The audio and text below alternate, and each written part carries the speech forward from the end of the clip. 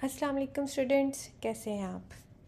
आज इस वीडियो में हम चैप्टर नंबर 4 के सेकंड पार्ट जो कि परसेप्शन के ऊपर मुश्तमिल है, हम उसको डिटेल से डिस्कस करेंगे।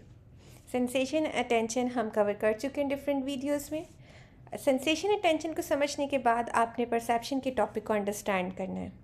परसेप्शन को उर्दू में अदराक कहते हैं और ये हमारा वो एक अमल है जिसके ज़रिए जो भी हम सेंस करते हैं, जो दिमाग तक पहुंचता है, दिमाग उसको बामानी बनाता है। हम इसके लिए अपनी अक्ल का, अपने शऊर का इस्तेमाल करते हैं। ये वो एक एबिलिटी है हमारे दिमाग के पास जिसकी वजह से हम अशरफुल मखलूक़ात कहलाते हैं। तो शऊर एक तरह से अदराक के तौर पर भी ये लफ्ज़ इस्तेमाल किया जाता है, ज़हानत भी हम कहते हैं। लेकिन अदराक का मानी ये होता है कि हम जो भी इंफॉर्मेशन हमारे हवास से, पांचों हवास से हमारे दिमाग तक पहुंचती है, हम उसको किस तरह से समझते हैं, अंडरस्टैंड करते हैं, क्या मीनिंग निकालते हैं, उसको पॉजिटिव देखते हैं, नेगेटिव देखते हैं, इसको अदराक कहते हैं।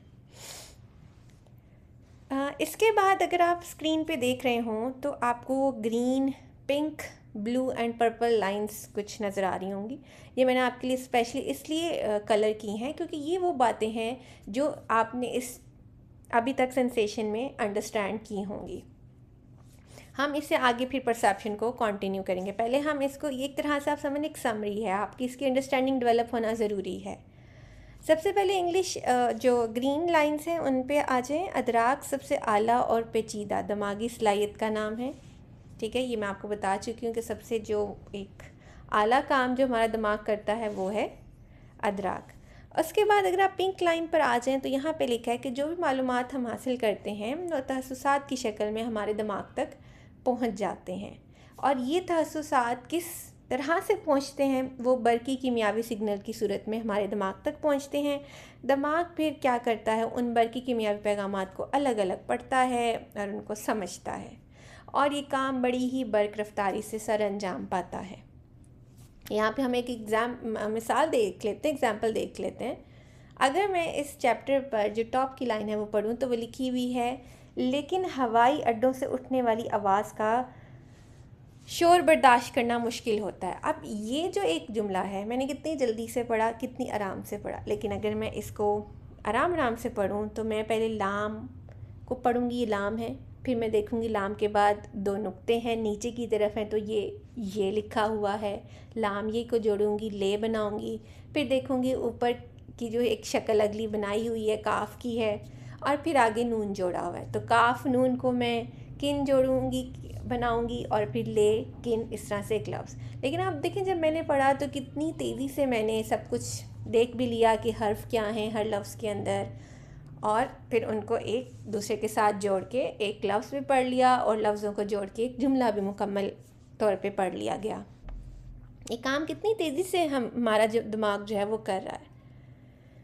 अच्छा, अब उसके बाद जो यहाँ पे अगला कुछ एक प्रोसेस एक्सप्लेन किया हुआ है परसेप्शन का, कि परसेप्शन का जो प्रोसेस होता है उसमें भी 3 स्टेप्स होते हैं। नफ्सियात, तान, अदराक के अमल को 3 दर्जों में बांटते हैं। सबसे पहले इंतखाब है, फिर तंजीम है और नंबर 3 पे तशरीह और ताबीर है। ये बहुत आसान है।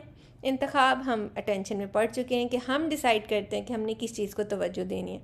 अब वो जो हमारी तवज्जो का मरकज़ चीज़ें बनती हैं, उसके पीछे 2 ही वजूहात हो सकते हैं, या हमारा इंटरेस्ट है, हमारी ख्वाहिश है, हमारी दिलचस्पी है, या फिर नंबर 2 जबर है, ज़ोर ज़बरदस्ती हम वो काम करना चाहते हैं। तो इन्हीं 2 बुनियादों पर हम किसी भी स्टिमुलस का, किसी भी चीज़ का इंतखाब करते हैं जिसके का हमने समझना होता है। नंबर 2 जो है वो तंजीम है, तहस्सुसात की तंजीम। तंजीम का मतलब ये होता है कि इंफॉर्मेशन की बम्बार्डमेंट है हमारे सेंसरी ऑर्गन्स पे और वहाँ से इंफॉर्मेशन ब्रेन तक जाती है। बहुत सारी इंफॉर्मेशन आ रही होती है। देखें, जब आपने सेंसेशन अटेंशन का टॉपिक पढ़ा होगा, वीडियो में सुना होगा, तो आप कितनी सारी इन्फॉर्मेशन को एक दूसरे के साथ लिंक अप कर रहे होंगे, इन्फॉर्मेशन को जोड़ रहे होंगे, डिसाइड कर रहे होंगे ये पहले होता है, ये दूसरे नंबर पर होता है, फिर ये तीसरे नंबर पर होता है। इसको कहते हैं इन्फॉर्मेशन की तंजीम करना, इन्फॉर्मेशन को जोड़ना आपस में। और नंबर 3 क्या है? तशरीह और ताबीर, जो हमारा दिमाग जो है करता है, जिसको हम अदराक कहते हैं। ये आखिरी मरहला होता है। वैसे तो ये सारा प्रोसेस जो है परसेप्शन का वो आनन फानन बर्क रफ्तारी से तय होता है, लेकिन ये समझाने के लिए आपको बताया गया कि कैसे डिफरेंट स्टेप्स होते हैं। उसके बाद जो है अदरक की कुछ किस्में लिखी हुई हैं। अगर आप देखें 1 2 3 आपको नज़र आ रहा होगा पेज नंबर 67 पर। अदरक की तंजीम नमूने से मुतालिक, अदरक की तंजीम हरकत से मुतालिक, अदरक की तंजीम फासले और गहराई से मुतालिक। यहाँ पे आपकी बुक में 3 टाइप्स दी हुई हैं परसेप्शन की, लेकिन असल में इसकी 4 टाइप्स हैं। हम किस किस चीज़ का अदराक करते हैं? हम शक्ल का, नंबर 1 जो आपकी बुक में लिखा हुआ है। नंबर 2 हम हरकत का अदराक करते हैं। नंबर 3 फासला और गहराई। एक और होता है जिसका हम अदराक करते हैं, वो है वक्त। इंग्लिश में form perception, movement perception, depth perception and time perception. इनके मतलब क्या है? बहुत सिंपल है। फॉर्म परसेप्शन में हम किसी भी चीज़ की शक्ल देखते हैं, तस्वीर देखते हैं, उसकी फॉर्म को देखते हैं, उसका साइज़ देखते हैं, शेप देखते हैं। मूवमेंट परसेप्शन में हम चीज़ों को हरकत करता हुआ महसूस करते हैं। नंबर 3 डेप्थ परसेप्शन में को उर्दू में फ़ासला, गहराई, यानी कि कोई भी चीज़ हमसे कितने फ़ासले पर है हम उस चीज़ का अदराक करते हैं। और नंबर 4 वक्त का अदराक करते हैं। तो ये 4 टाइप्स होती हैं परसेप्शन की, लेकिन आपकी बुक में सिर्फ 3 के नाम लिखे गए हैं। और आगे जो है सबसे पहले हम फॉर्म परसेप्शन को पढ़ेंगे। फॉर्म परसेप्शन में हम सबसे पहले गेस्टाल्ट अदराक के कवानीन पढ़ेंगे, यानी कि हम इर्द गिर्द चीज़ों की फॉर्म को, शक्ल को कैसे उसका अदराक करते हैं। इसके लिए हमें कुछ कवानीन बताए गए हैं जो हम इस्तेमाल करते हैं फॉर्म को परसीव करने में, शक्ल का अदराक करने में। अच्छा, अब ये लिखा हुआ गेस्टाल्ट है, लेकिन ये जर्मन लैंग्वेज का वर्ड है, तो इसलिए हम उनकी लैंग्वेज में इसको गेस्टाल्ट पढ़ते हैं। तो हम इन्हें gestalt laws of perceptual organisation कहेंगे। तो ये आपको लॉज ये बताएंगे कि हम अपने इर्द गिर्द मौजूद चीज़ों की फॉर्म को, शक्ल को कैसे हम उसका अदराक करते हैं। यहाँ पे मैं आपको एक इंटरेस्टिंग बात बताती हूँ कि हमारे दिमाग की एबिलिटी ये है कि वो हर चीज़ को जो कि मुश्किल होती है उसको आपके लिए आसान बनाकर आपको देते हैं। जब हम कहते हैं कि हम अदराक करते हैं, इनकी चीज़ों को की ताबीर करते हैं, तशरीह करते हैं, मीनिंग निकालते हैं, इसका मतलब क्या होता है? इसका मतलब नहीं होता कि मुश्किल चीज़ को आसान बनाता है दिमाग हमारे लिए। अब जैसे मैंने यहाँ पे अगर आप देखें पेज नंबर 67 पर स्क्रीन पर मैंने लेफ़्ट साइड पर, बल्कि आपके तो मिडल में आपको नज़र आ रहा होगा, 3 सर्कल्स ड्रॉ किए हुए हैं, रेड, ब्लू एंड ग्रीन। अब ये 3 मैंने आपको फ़ौरन ही बता दिया कि जी ये 3 सर्कल्स हैं, रेड है, ब्लू है एंड ग्रीन है। अगर मैं आपको ना कहती और आपसे पूछती ये क्या बना हुआ है, तो आपने भी यही बताना था कि 3 सर्कल्स हैं, ओवरलैपिंग है, एक दूसरे के ऊपर चढ़े हुए हैं, और ये बेशक नामुकम्मल नज़र आ रहे हैं लेकिन ये मुकम्मल हैं। यानी कि ब्लू के नीचे रेड पूरा सर्कल है और ग्रीन के पीछे ब्लू पूरा सर्कल। लेकिन क्या आपको ऐसा नज़र आ रहा है? हरगिज़ नहीं। हमने तो पूरे पूरे सर्कल्स नज़र नहीं आ रहे, हम तो इनकम्प्लीट सर्कल्स नज़र आ रहे हैं। तो ये परसेप्शन की खूबसूरती है कि ये हमारा जो दिमाग है वो जब अदराक करता है तो वो हमें किस तरह से मुश्किल और नामुकम्मल चीज़ों को हमें आसान और मुकम्मल करके दिखाता है, तभी वो चीज़ हमारी समझ में आती है। अब इसको पढ़ते हैं। 20वीं सदी के नफ्सियातदानों के ग्रोह का दावा था कि दिमाग एक गेस्टाल्ट बनाता है। गेस्टाल्ट का मतलब होता है कंप्लीट, होल भी कहते हैं, मुकम्मल चीज़ बनाता है दिमाग। जर्मन ज़ुबान में गेस्टाल्ट के मानी हैं कोई नमूना या फिर कुल कंप्लीट को कहते हैं। और ये गेस्टाल्ट बनाते, ये जो गेस्टाल्ट है या जो कुल है ये दिमाग की काविश से होता है। दिमाग का ये काम करता है ताकि वो चीज़ों को एक मरबूत कुल की शक्ल में देख सकें, यानी कि हम हर चीज़ को एक मुकम्मल फॉर्म में देख सकें।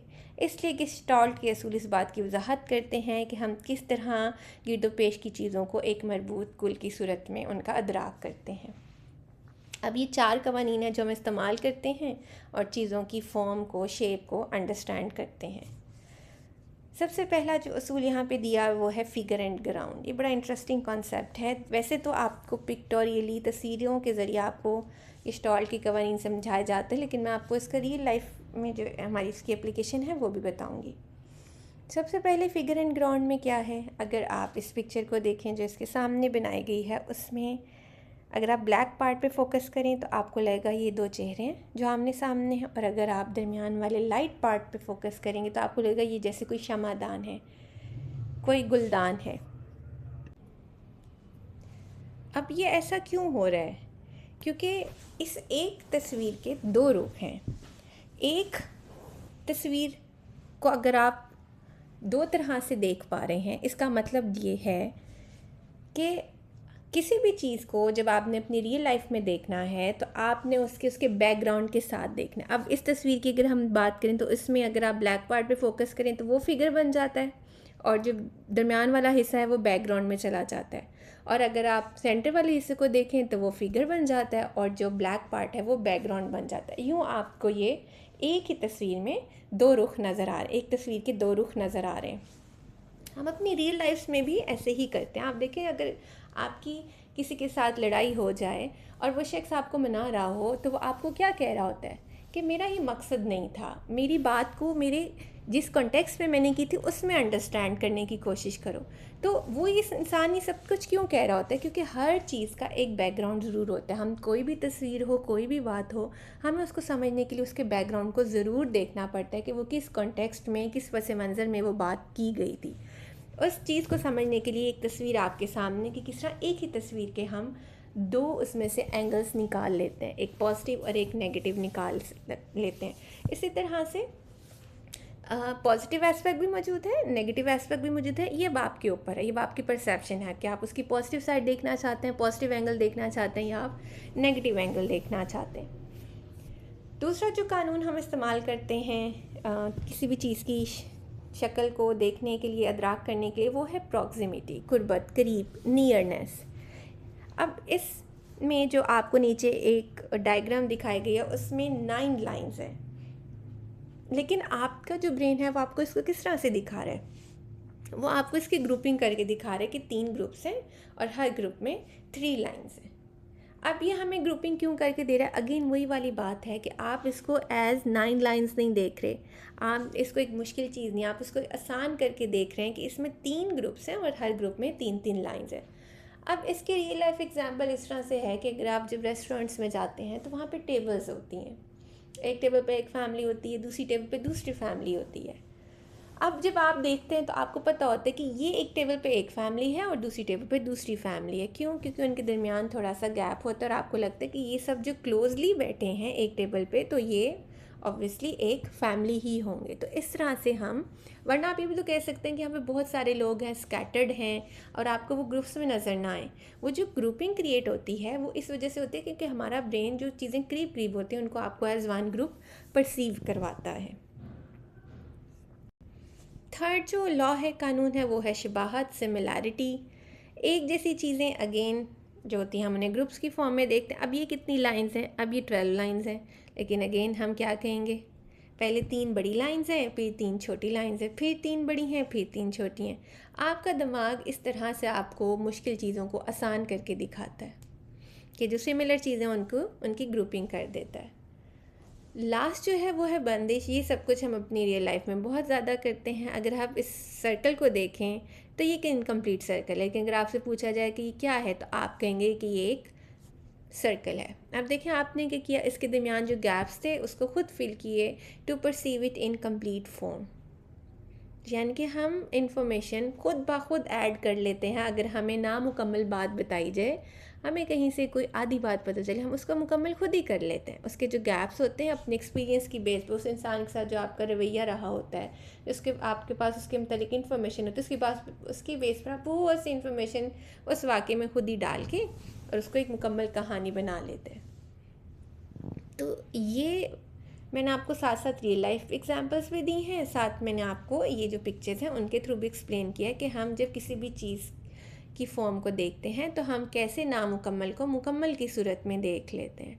हम चीज़ें मुकम्मल नज़र नहीं आ रही होती, लेकिन हम उनके गैप्स खुद फिल करके उसको पूरा मुकम्मल सूरत में देख लेते हैं, क्योंकि हमारा जो ब्रेन है वो हमें हर चीज़ को आसान करके दिखाता है, एक अच्छी शक्ल में दिखाता है।